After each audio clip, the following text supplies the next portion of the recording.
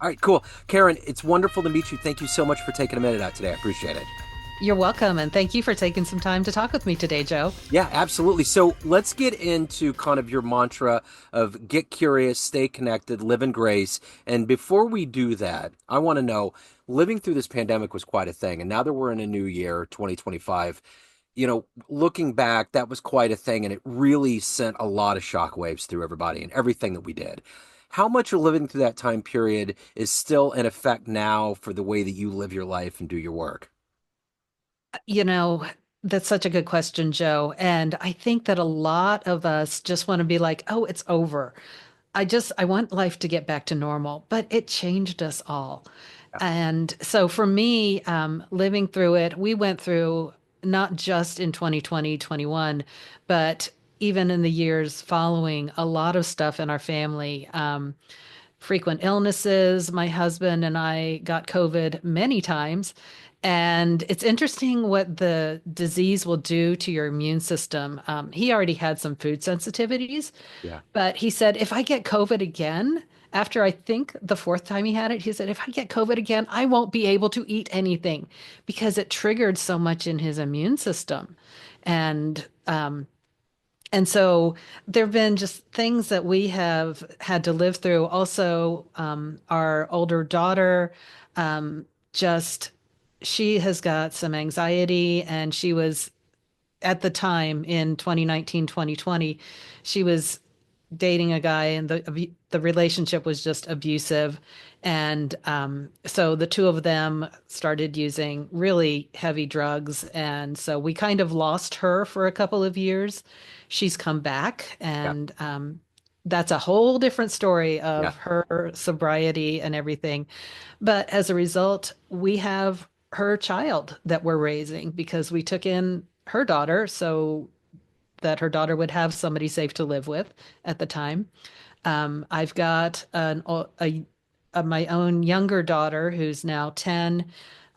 Just so much went on. She's dealing with serious anxiety. So in all of that, like, how did it affect me?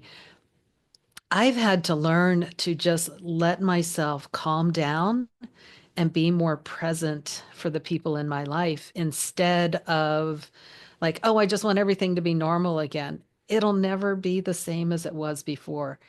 And so, because life changed, I had to change. And I could have gone back to some of my old stuff with depression and anxiety and hopelessness, or I could choose to just come to a place of calm and peace within myself so that I can be present and support others. So let's get to the heart and soul of the work that you do right now in Mhm. 2025. And to do that, I want to put you in front of a bunch of grade school kids at career day. One of the kids in the back of the room is curious. Let's say they're 10 or 11 years old, and they're like, "Hey, what do you do for a living?" How do you answer that child? Yeah. And it's so funny because my daughter is almost 11. And Okay. I asked her this earlier. I said, if you told other people what your mom does, in my business and my work, and what do I do? She said, you make books and do yoga. So, but, at a very, very simple level, yes, I write books and I promote my books because that's a big part of it too. You can't just write a book anymore and go to a publisher and put it out there and, hey, you're a famous author now. Yeah. You have to get out there and promote yourself and promote your book and just help get as many eyes on it as possible. So I write and promote my books. Yeah. I also, I would say I help people to overcome the things that keep them from being the person that they want to be. Yeah. And I would hope that, grade school kids would understand, like, especially once they get to 10, 11, they're like, huh, I've got stuff in my life that I don't really want to live with. And our tendency is, I'm just going to shove it down, I'm just going to stuff it. But, there are more healthy ways than just trying to ignore it and stuff it and push it away. So that's what I help people do is find out what's keeping them from living the way they want to and deal with it instead of trying to just push it away. So when you were young, when you were at that age, 10 or 11, did you know what you wanted to be when you grew up? I remember being in seventh grade, so I was like 12-ish at that Sure. time. And taking doing an English class or something and writing something I felt really, really proud of. And I remember telling my teacher, I'm going to be a writer when I grow up. So there's been something inside me for a long time that I've always wanted to write. But it's kind of been, I've been living life at the same time. So Yeah, finally, here in my 50s, I get to write and publish my books. absolutely. What was your favorite book growing up? Was there one that you really relied on that opened the doors for you? There were two authors series. I loved reading Agatha Christie mysteries, Yeah. and I loved The Chronicles of Narnia by C.S. Lewis. Yeah. Yeah. So take me back to your childhood. Where were you born and raised? What were these seeds of both becoming a writer and helping people? These are professions they're hard to do. Mhm. What were the seeds that were planted that made you evolve into this career place that you're at in your life? Yeah, so I grew up on the East Coast in Maryland, and hot humid summers. And one of the things that I loved was we had a bookmobile that came down our street every other week, and so it would like stop in front of my house. I think they knew I was going to be the one coming out, so going and getting books, new books all the time. And that's where I discovered some of my favorite books. I mean, when the first time I read The Lion, the Witch, and the Wardrobe, I was like, oh, this is amazing, a Yeah. great story. So reading has always been a big part of me, and I've been in love with books and the written word all of my life. The other thing, as far as helping people, it's interesting how when we think back in our life, there are ways we learn to cope with what was hard that may or may not have served us. And sometimes as we get older, we need to let it go. And sometimes as we get older, we can adapt it. Yeah. For me, there were things where I grew up in the 1970s. So literally, latchkey kid, go outside, don't come back in the house unless there's an absolute emergency. And then, I'm not even sure that you're going to get anything that you need. Yeah. Um, so, spending the days outside. So, dealing with things when I was younger, having to do it all on my own, just kind of turned into me one, like, how can I help people to make them like me and to make them want to be around me was part of it. Yeah. But then also, it just kind of became ingrained in a part of who I am that I could turn to. I like to serve people. I like to help people. I want to be a good friend. I want to be there for other people, but not to make them like me, not because I want to get something, but it just has become part of who I am. How can I serve others? How can I show others how they can live their best life? So in this pursuit of helping others, who has been kind of that hero or that inspiration for you in your life? Oh gosh, hero or inspiration in helping others. There have been a number of people along the way who have really helped me. Um, and I would say to start with, my husband, the way he has always, we've been married for like 36 years now. I kind of lost count. Um, but he has always like really looked at me as somebody worth love and worth serving. So that has been a big thing. Um, And then I have gotten involved with a Christian organization called Women at the Cross in the last 10, 12 years. And so the leadership and the people who started that, Sharon Potzer is one woman. She is retired now from serving with that organization, but she has just really helped me to see how to set aside the what can I get out of this for me, and even she's helped me to go back to, she's also a therapist, so she's helped me to do things like go back and take care of my own little girl inside Yeah. and help her become healthy and seen and loved so that I come from a place of being able to serve and help others. So how do you parlay the work that you're doing to help other people and being a writer, Hmm. And also, you have to evolve as a human being yourself. What is the motivator every day for you to wake up, to do the best work that you can do, but to also evolve and take care of yourself? Yeah. This is, I hope it's not going to sound too out there or too religious, but honestly, I wake up in the morning and I have to dive into God loves me Yeah, every day. I will, even this morning, I was doing it, lying in bed going, Jesus loves me. Jesus loves me. I can receive that love. I can get up and do what I need to do today because I know deep, deep inside that I am loved. yeah. So if you had the chance tonight in a dream to run into a younger version of you, say an 18-year-old version of you, and you could give that Mhm. version of you a piece of advice based on this life you've led, the wisdom you've accumulated, what advice would you impart on that younger version of you?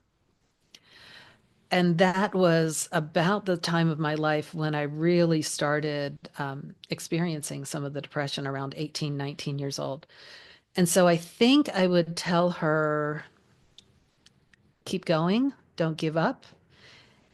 It all is probably going to take longer than you expect, but it's worth pushing through. In fact, the advice and one of the things that I tell my own kids all the time is it's not going to be easy, but it's going to be worth it. Yeah. And I think I would say that to myself. So of everything that you've done, accomplished, and evolved into at this point, what are you the proudest of? I am super proud of having stayed married for 36 years. There have been, as any marriage, ups and downs. There have been really hard seasons that we have had to push through, but we have learned the value of choosing each other, always choosing our marriage. So that is probably the thing that I am most proud of in my life right now. What's the best advice you've ever gotten? The best advice I've ever gotten. Um, my mom used to always say, um, well, two things. Um, one is, this too shall pass. But another thing, she was diagnosed with cancer, and she's been gone for almost 15 years now. But when she was first diagnosed, in fact, even while she was waiting on the diagnosis, she looked at me and she said, it is what it is, and we will deal with it. Yeah. And that has been really powerful for me to just go, okay, this is what we have, and we will deal with it. Yeah. Yeah. So let me ask you this. When we make it this far in life, we've had to take risks. We've had to do things that aren't rote. They really, you got to go out on a limb. What's the biggest risk that you've had to take in your life up to this point? Hmm. Oh, goodness. So many risks. Because you're right, we can't move forward without taking risks. Yeah. And I think for me, one of the biggest risks was starting the business that I have now. I I just kind of felt this calling and this desire to move into a business that would help people kind of integrate their whole self and become their best self. And wasn't sure how I was going to get there. Yeah. So it was, yeah, it was big. Yeah, absolutely. It's huge. So let me ask you this. Everyone has a perception of you. Family, friends, clients, everyone that gets your books, everyone that knows you, but you run the show. What's your perception of you? Who do you think you are? I have done a lot of work on kind of digging into uncovering my truest self.